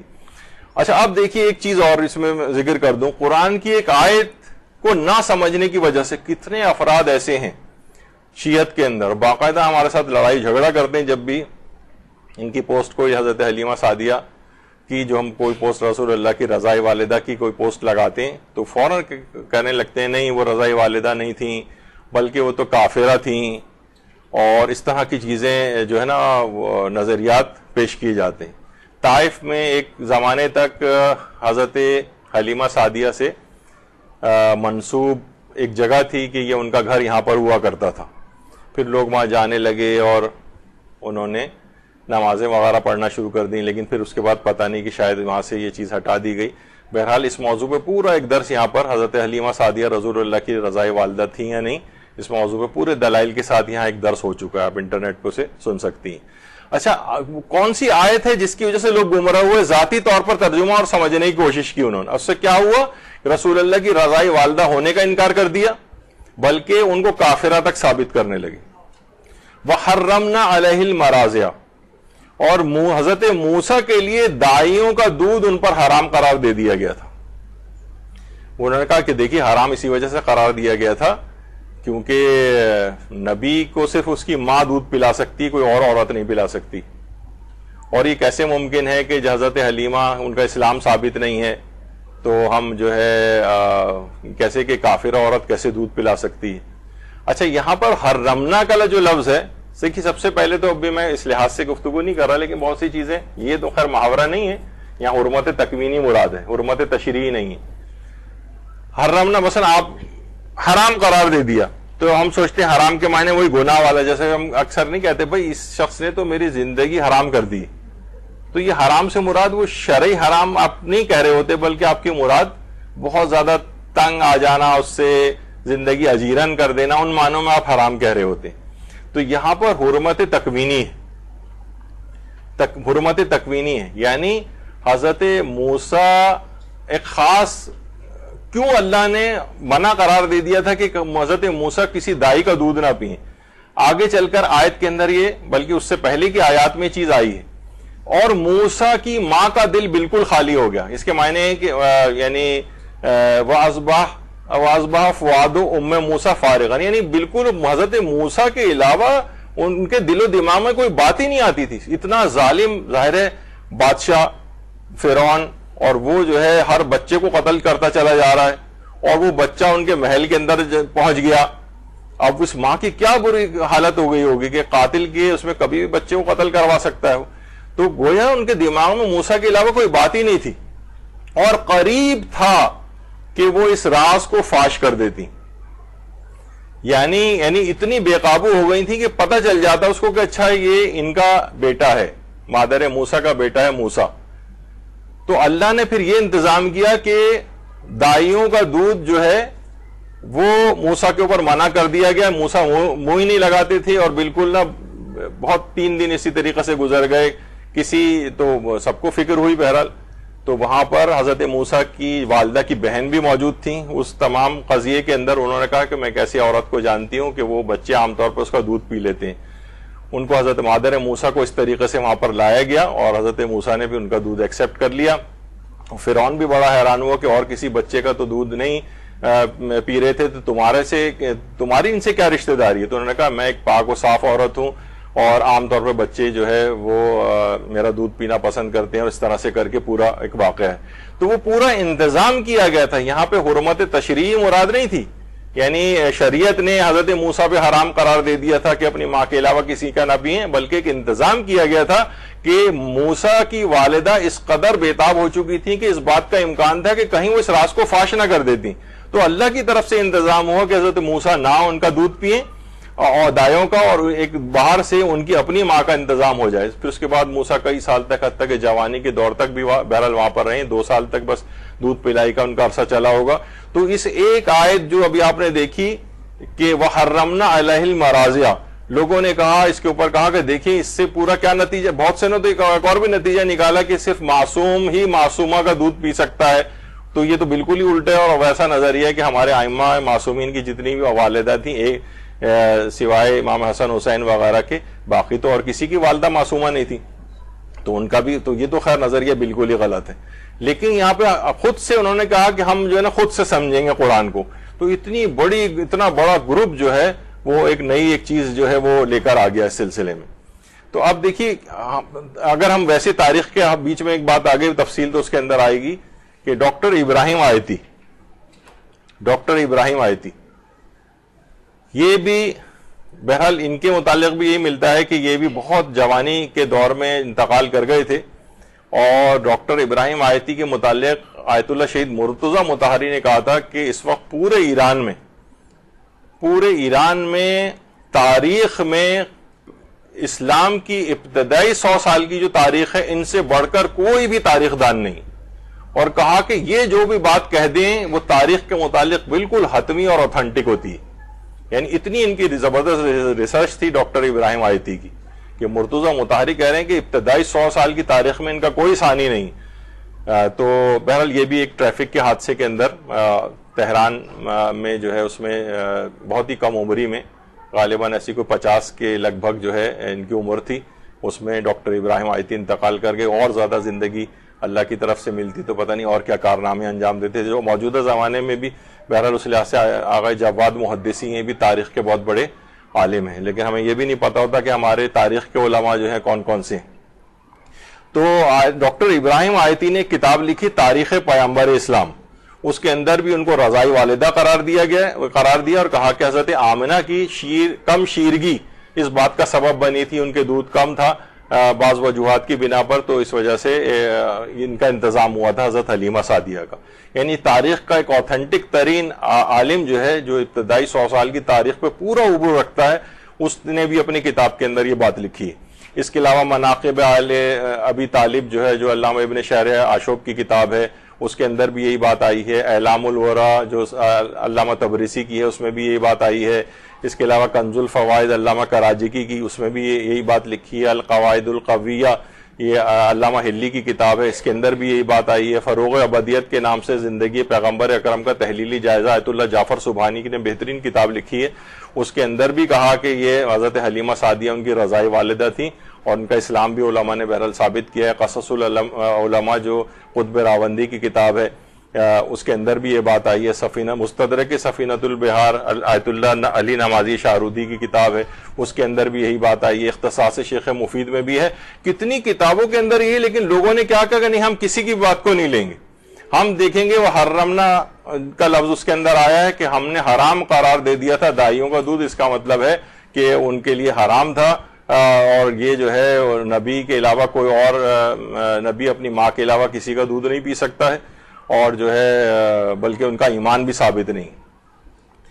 تو یہ سب چیزیں، حتیٰ کہ اصول کافی کے اندر بھی ایک روایت موجود ہے جس میں بہرحال ابھی میں اس کی تفصیل میں نہیں جاؤں گا کافی، لیکن اس میں بھی بہرحال یہ تذکر آیا، اگرچہ روایت اس لحاظ سے ضعیف ہے لیکن علامہ مجلسی نے معجزات وغیرہ کے سلسلے میں اس کو جو ہے کہا کہ ممکن ہے معجزے کے طور پر ایسا ہوا، لیکن ابھی فی الحال میں اس کو اگر پڑھوں گا تو بہت سوالات آپ کے دماغ میں اٹھیں گے، اس کا بھی فی الحال جواب نہیں دے رہے.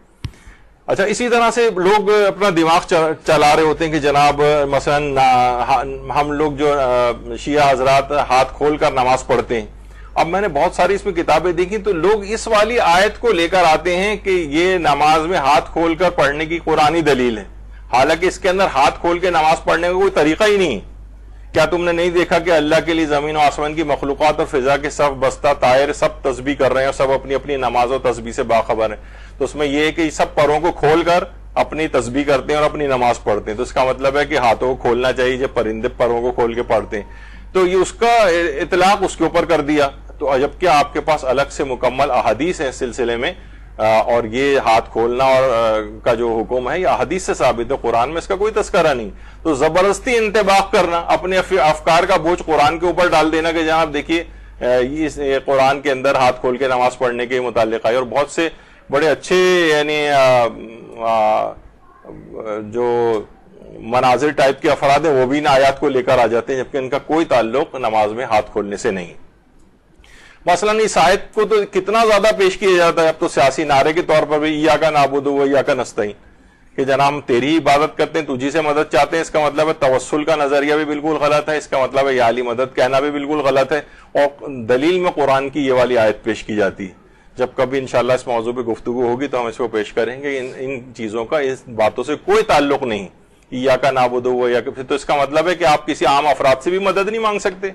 ہم جب تجھی سے مدد مانگتے ہیں تو اس کا مطلب ایک دوسرے کی اسلام نے مدد کرنے کی کتنی تاکید کی ہے.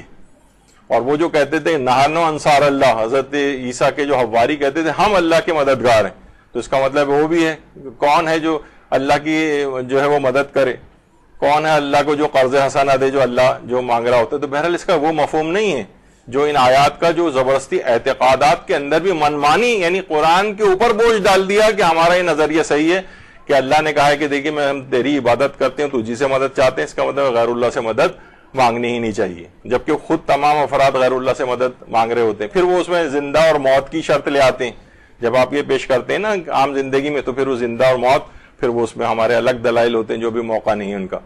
تو بہرحال یہ بھی قرآن کے افکار پر اس طرح، اچھا یہی چیز دلیل جو الفاظ کو پکڑ لیا جاتا ہے نا، یہ حدیث کے اندر بھی ہوتا ہے۔ مثلا روایت میں امام نے یہ جملے ارشاد فرمائے کہ مثلا غسل جمعہ واجب ہے۔ اچھا واجب ہمیشہ وہ شرعی واجب کے معنوں میں نہیں ہوتا ہے، واجب معنی کبھی کبھی ضروری تاکید کے معنوں میں بھی ہوتا ہے۔ تو ایک فقیہ کا کام ہوتا ہے کہ وہ بتائے کہ یہ واقعی شرعی واجب ہے یا یہ کہ یہ تاکید کے لیے لفظ آیا ہے۔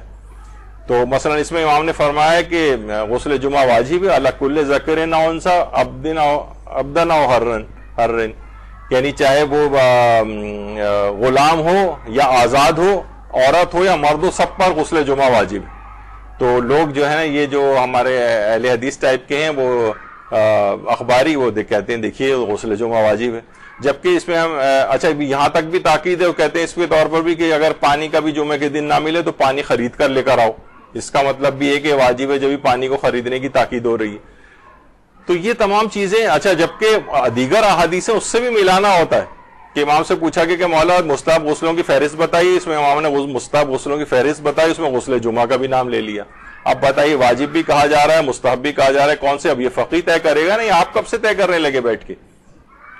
تو یہ احادیث کو بھی اور قرآن کی آیات کو بھی اپنے خود ساختہ فہم پر ہم جو ہے وہ پرکھ کر کہتے ہیں کہ یہ قرآن خلاف قرآن ہے، یہ چیزیں قرآن سے ٹکرا رہی ہیں۔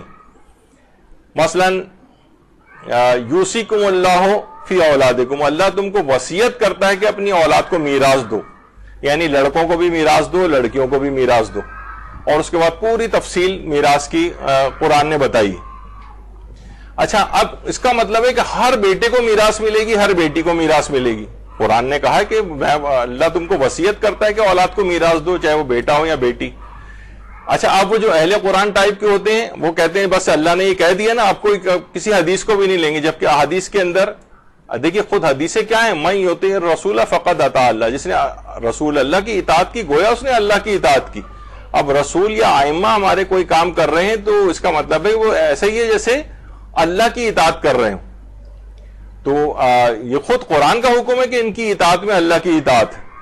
اب وہ کتنی احادیث ایسی ہیں، مثلا اس کے اندر یہ آیا کہ مثلا بیٹا اگر باپ کو جیسے قتل کر دے تو قاتل بیٹے کو میراث نہیں ملے گی، بیٹا اگر کافر ہو جائے تو مثلا کافر بیٹے کو میراث نہیں ملے گی، لیکن یہ تو قرآن کے اندر نہیں آیا۔ اس کا مطلب ہے کہ قرآن کی آیت کے دائرے کو حدیث صحیح جو ہے وہ اس کو محدود کر سکتی ہے، چاہے وہ قرآن میں ذکر نہیں آیا ہے۔ لیکن لوگ یہ کہیں گے بھائی دیکھیے قرآن میں تو مطلق آیا کہ بیٹا اور بیٹی کو میراث دو، اس کا مطلب ہے بیٹا باپ کو قتل کر دے اور بعد میں کہے کہ بھائی ٹھیک ہے میں 14 سال بعد تو رہا ہو کر آ جاؤں گا اور اس کے بعد مجھے میراث دیجیے، کروڑوں روپے کی میرے باپ کی جائیداد ہے، تو نہیں دی جائے گی اس کو، کیونکہ صحیح حدیث کے اندر یہ آیا ہے کہ قاتل بیٹے کو میراث نہیں ملے گی، یعنی وہ بیٹا کہ جس نے باپ کو قتل کیا ہو۔ بیٹا اگر کافر ہو جائے تو میراث نہیں ملے گی، وہ بعد میں نہیں کہہ سکتا کہ مجھے اپنے باپ کی میراث دو۔ کفر اور قتل یہ میراث کو ختم کر دیتے ہیں، لیکن یہ قرآن میں نہیں آیا، یہ حدیثوں میں آیا ہے۔ اب وہ افراد جو قرآن خوارج کی طرح سے نیزوں پہ قرآن کو بلند کرنے لگتے ہیں، وہ یہاں پر بہت ایک انحراف کا شکار ہو جاتے ہیں۔ اتنے زیادہ انحرافات قرآن کے سلسلے میں آ گئے ہیں کہ یہ بہت سے خوشنما نعروں کے ساتھ۔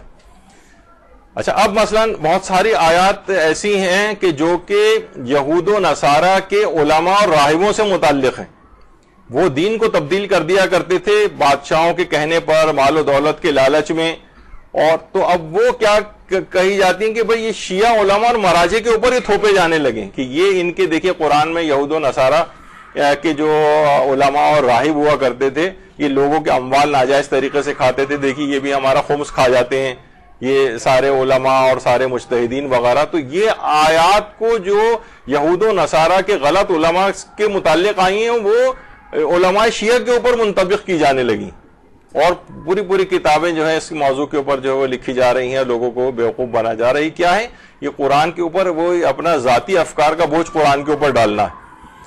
مثلا یہ کہا جانے لگا, دیکھیے قرآن میں سورہ جمعہ آیا ہے اور یہ آیت آئی ہے کہ اذا نودی للصلاۃ من یوم الجمعۃ فاسعوا الی ذکر اللہ وذروا البیع, کہ جب یہ ندا دی جائے روز جمعہ نماز کے لیے تو فاسعوا الی ذکر اللہ, بس نماز کی طرف دوڑو اور اپنے خرید و فروخت کو جو ہے وہ چھوڑ دو.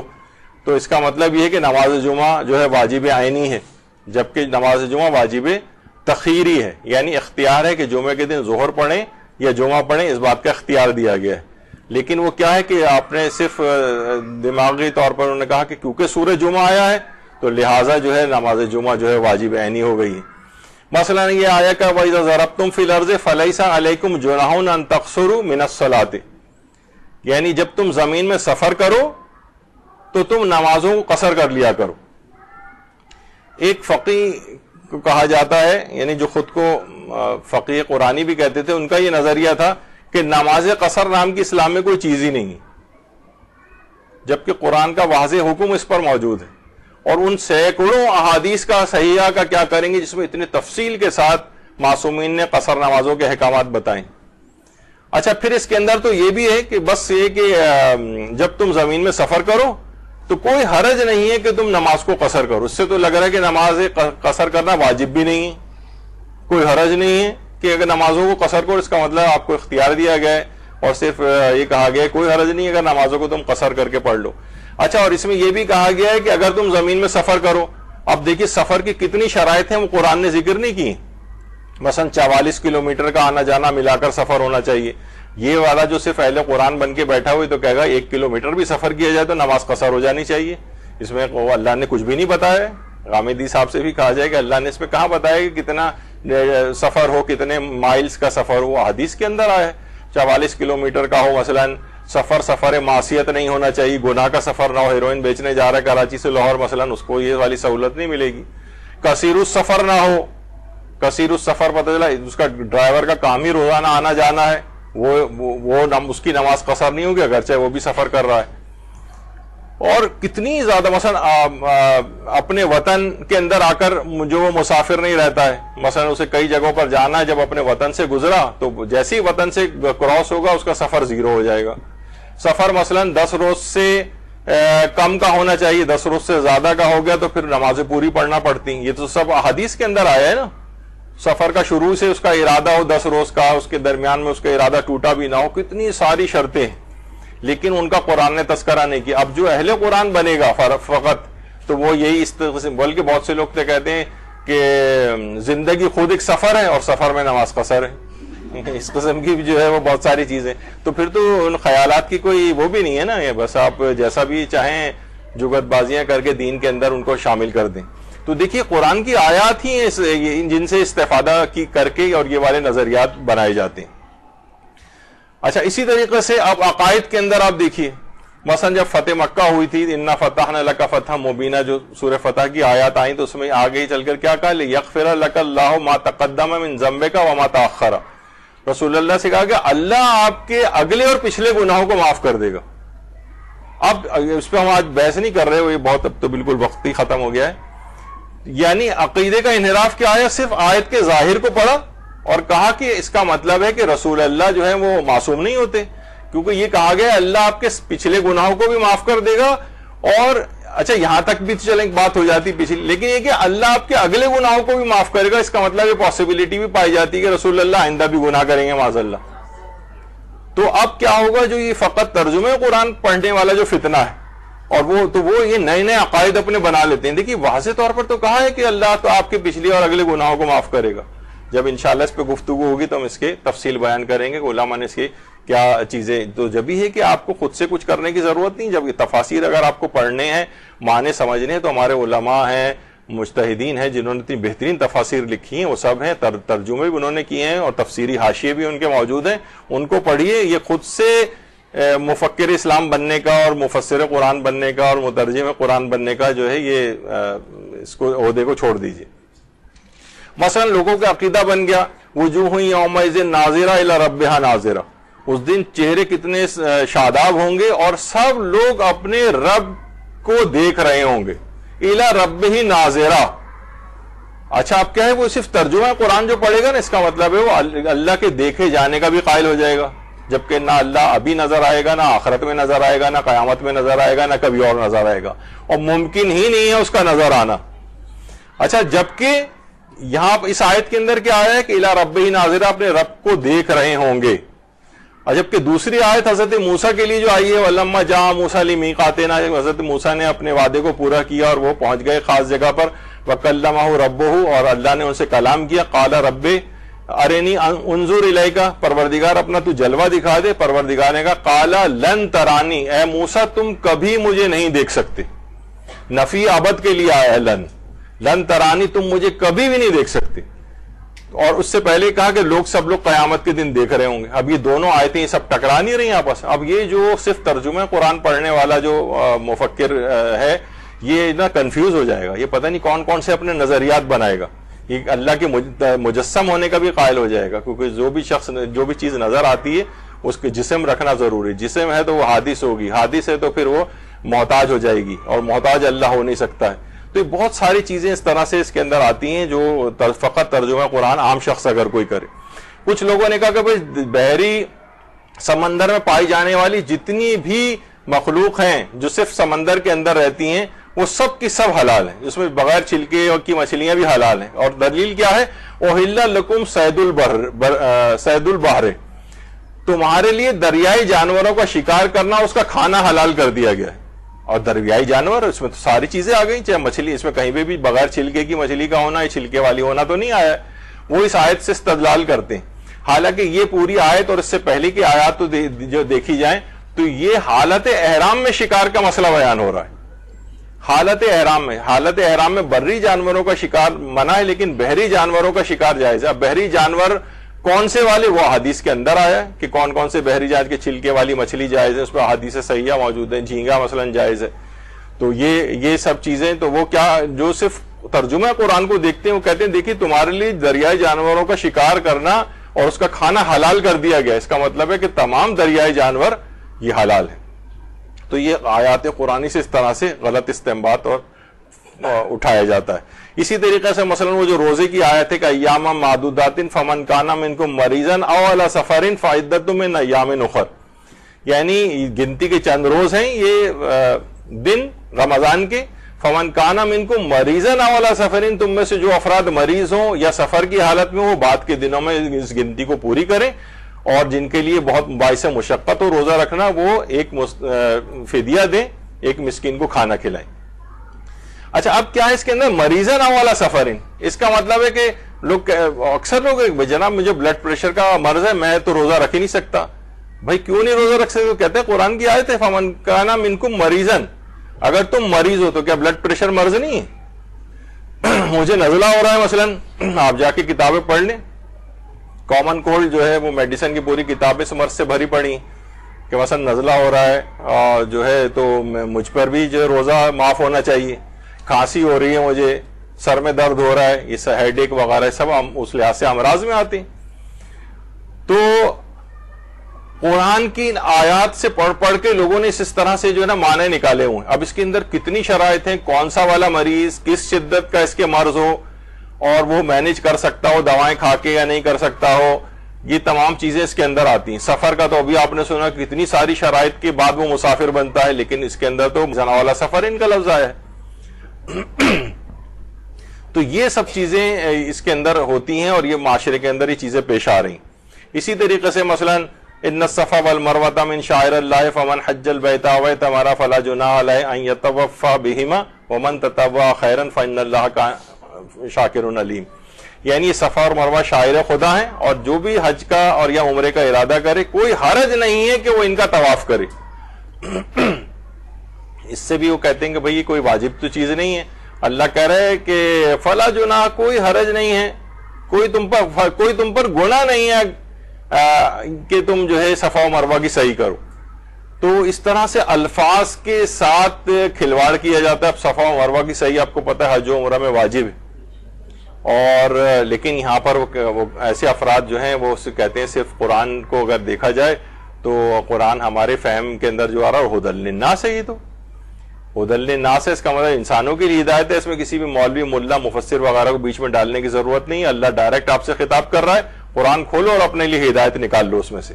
یہ ایک بہت بڑا فتنہ ہے، بہت بڑا یہ ایک انحراف ہے۔ یہ تو میں نے صرف کتنا وقت نہیں ہے، ورنہ بہت تفصیل کے ساتھ جو ایک ایک آیات کو لے کے اس میں کیسے کیسے عقائد کے انحرافات ہو گئے، لوگوں کے عمل کے انحرافات ہو گئے، لوگ کون کون سے نظریات جو ہے وہ بنانے لگے۔ آپ نے دیکھا وہ حرمنا علی المراضع والا جو تھا کہ ہم نے دائیوں کا دودھ حرام قرار دے دیا تھا، وہ حرام کے معنی نہیں سمجھے کہ انہوں نے اس سے کیا مراد ہے، کہ یہاں پہ حرام سے مراد ممنوع تھا، یعنی ممنوع کیوں قرار دیا تھا؟ تاکہ مادر موسیٰ کو یہاں لانے کا انتظام کیا جا سکے، اور وہ ایسا نہ ہو کہ اس راز کو فاش کر دیں اور حضرت موسیٰ کی اور ان کی زندگی خطرے میں پڑ جائے۔ تو اس سے انہوں نے خود بخود کون کون سے نتیجے نکالے، یہاں تک کہ رسول اللہ کی رضائے والدہ ہونے کا انکار کیا، اور یہاں تک کہ ان کے کافرہ ہونے تک کا جو ہے لوگ معاذ بہت سے لوگ جنت البقیع جاتے ہیں اور علیمہ سعدیہ کی قبر پہ بھی نہیں جاتے ہیں کہ نہیں یہ تو ہم ان کو مانتے ہی نہیں۔ تو یہ تمام افراد جو ہے نا اس طرح سے انحرافات کا شکار ہوتے ہیں۔ تو بہرحال عام افراد کے لیے بس بہت مناسب یہ ہے، عام افراد کہ وہ اپنے لیول کا تفکر و تدبر کریں، اخلاقی باتوں کا کریں، سادہ ترین عقائد کا تفکر و تدبر کریں۔ ہمیں غیبت ہمیں منع کی گئی ہے، جھوٹ ممنوع قرار دیا گیا ہے، وعدے کو ایفا کرنا ہے، سچ بولنا ہے، صلہ رحمی کرنی ہے، والدین کے حقوق کا خیال کرنا ہے، اس میں تفکر و تدبر کریں، بس یہاں تک۔ لیکن اس کے بعد جب اس طرح کی چیزیں ہوتی ہیں تو آپ نے دیکھا یہ عقائد کے انحرافات، اور انحراف کے اندر ایک اور بھی چیز ہوتی ہے، خشتے اول چون عہد معمار کج تاسریا میروید دیوار کج۔ عمارت کی پہلی اینٹ اگر غلط رکھ دی جائے تو آسمان تک بھی اس کو بناتے چلے جائیں نا تو وہ ٹیڑھی کی ٹیڑھی رہے گی، بلکہ انحراف اور زیادہ بڑھتا چلا جائے گا، اور زیادہ ٹیڑھی ہو جائے گی۔ جب بھی کہا جاتا ہے نا جب قبلہ رخ ہے، بالکل کیوں کہا جاتا ہے کہ بالکل سیدھا قبلہ جو واقعی جو قبلہ ہے اور بالکل اس سیدھ کے اندر نماز پڑھی جائے اور معمولی سا انحراف بھی نہ لایا جائے، کیونکہ یہ انحراف یہاں سے اگر وہاں تک شروع کرے تو یہ انحراف یہ بڑھتا ہی چلا جائے گا اور بہت دور چلا جائے گا، یعنی خانہ کعبہ سے بہت دور آپ ہٹ جائیں گے۔ اس وجہ سے پورا سیدھا بہت زیادہ اس کا خیال رکھا جاتا ہے فقہی احکام میں بھی کہ قبلے کی طرف ہونا چاہیے انسان کا مکمل رخ۔ کچھ مراجع کہتے تھے 7 ڈگری تک کا اختلاف چل جاتا ہے، آغا سیستانی کہتے ہیں نہیں، پورا اطمینان ہو کہ بالکل صحیح میں قبلے کی سمت میں ہوں۔ تو بہرحال تو یہی انحراف عقائد کے اندر آتا ہے، اعمال کے اندر آتا ہے۔ تو یہ عام افراد کو ابتدائی طور پر ان سب کو ابھی ہم بہت پہلے مرحلے سے بھی بہت نیچے کی طرف ہیں، ابھی لوگوں کو فقط اور فقط تلاوت کی طرف لے کر آئی، اور جب آپ دیکھ لیں کہ بہت سارے لوگ تلاوت بہت زیادہ کر گئے تو ان کے لیے پھر اگلے مراحل ہیں، پھر ان سے وہ آگے کی طرف بھی ان کو لے جا سکتے ہیں کہ مثلا اپنے اخلاقی جو آیات ہیں ان پہ تفکر کرو، تدبر کرو۔ جیسے میں نے پہلے کہا تھا بہت سے افراد ایک صفحہ قرآن پڑھتے ہیں، دیکھتے ہیں کہ اس کے اندر کیا ہدایت ہے، پتہ چلا جو اخلاقی ہدایت ہیں وہ نوٹ کر لیتے ہیں کہ آج میرے لیے پیغام ہے مثلا قرآن سے۔ تو اس طرح کی چیزیں اخلاقیات قرآن سے لے سکتے ہیں، لیکن باقی آپ نے دیکھا کہ اگر وہ احکام کو اس طرح سے لینا شروع کرے گا تو وہ تو انحراف کا شکار ہو جائے گا۔ اس کے لیے علماء موجود ہیں، خواص ہمارے جو ہے وہ موجود ہیں، اور وہ ساری تحقیق کر کے اس کا نتیجہ جو ہے نکال کے دے سکتے ہیں آپ کو، اور انہوں نے دے دیا ہے توضیح المسائل کی صورت میں۔ تو وہ سب چیزیں آپ اس لحاظ سے قرآن کے اوپر عمل کر سکتے ہیں۔ دوسرا پارٹ جو آج مجھے لینا تھا، اس کا آج وقت نہیں رہا، مولانا جواد یاسوبی صاحب انشاءاللہ تشریف لے آئیں گے، ان کا لیکچر آج ہوگا یہاں پر، مولانا عامر یاسوبی کی جو بیٹے ہیں نجف میں، اور سننے میں آتا ہے کہ آیت اللہ سیستانی کے جو پوتے وغیرہ ہیں ان کی کلاس فیلو بھی ہیں وہ، تو بہرحال وہ ان کا ایک لیکچر یہاں پر ہوگا، تو ان کا وقت ایسا نہ ہو کہ میں لے لوں تو وہ، لیکن وہ دوسرا پارٹ جو تھا وہ ہمیں ایک اور چیز کہی جاتی کہ ہمارا پورا تمام اعمال قرآن کے خلاف ہیں۔ یہ ابھی یہ آج کا موضوع پورا رہ گیا ہے کیونکہ اتنا وقت آج بچا ہی نہیں بالکل، وہ انشاءاللہ اب تو بہت مشکل ہے، لیکن یہ کہ دیکھتے ہیں کہ نیکسٹ جو ہے وہ کب ہوتا ہے یہ والا اس موضوع پر لیکچر۔ تو یہاں پر گفتگو اختتام اس میسج کے اوپر ہو رہی ہے کہ عام افراد کو ابھی جو کہ ابتدائی تعلیم بھی، پرائمری بھی جنہوں نے پاس نہیں کی ان کو پی ایچ ڈی کی کلاس میں نہ بٹھائیں، اور ان کو ابھی صرف تلاوت کرنے دیں۔ تلاوت میں جب بہت آدمی راسخ ہو جائے یا اس کا لیول بڑھ جائے تو پھر وہ اخلاقی امور میں تفکر و تدبر کرے، پھر وہ عالم والم ہو جائے اور آیات کے اندر تفکر کرنا شروع کرے اور اس سے کچھ نتائج نکالے، اور پھر فقیہ ہو جائے تو فقیہانہ تفکر کرے، پھر اپنے لیول کے مطابق الگ تفکر و تدبر ہے۔ لیکن عام افراد کو اگر اس کے اندر آپ نے ڈالا اور اس بات کی رٹ لگائے کہ تفکر و تدبر کرو، تو وہ ایسے ایسے نئے نئے انحرافات کا شکار ہوں گے، پھر وہ کسی قابو بھی نہیں آتے. پھر وہ ہم کوئی چیز پیش کرتے ہیں، فتویٰ کہتا ہے یہ قرآن کے خلاف ہے، دیکھیے مرجع نے کہا ہے، یہ اس کا دماغ کھلا نہیں ہے، یہ سوچتا ہے کہ شاید مجتہدین جو ہیں وہ انہوں نے یہ آیات تو پڑھی نہیں ہوں گی، تو وہ اس طرح سے نئے نئے جو ہے چیزیں نکال کر پیش کرتا ہے، پھر وہ کسی قابو بھی نہیں آتا ہے، اتنا انحراف بڑھ جاتا ہے. تو یہاں پر بس ہم آج گفتگو کو روکتے ہیں. وصلی اللہ علی محمد وآلہ الطیبین الطاہرین.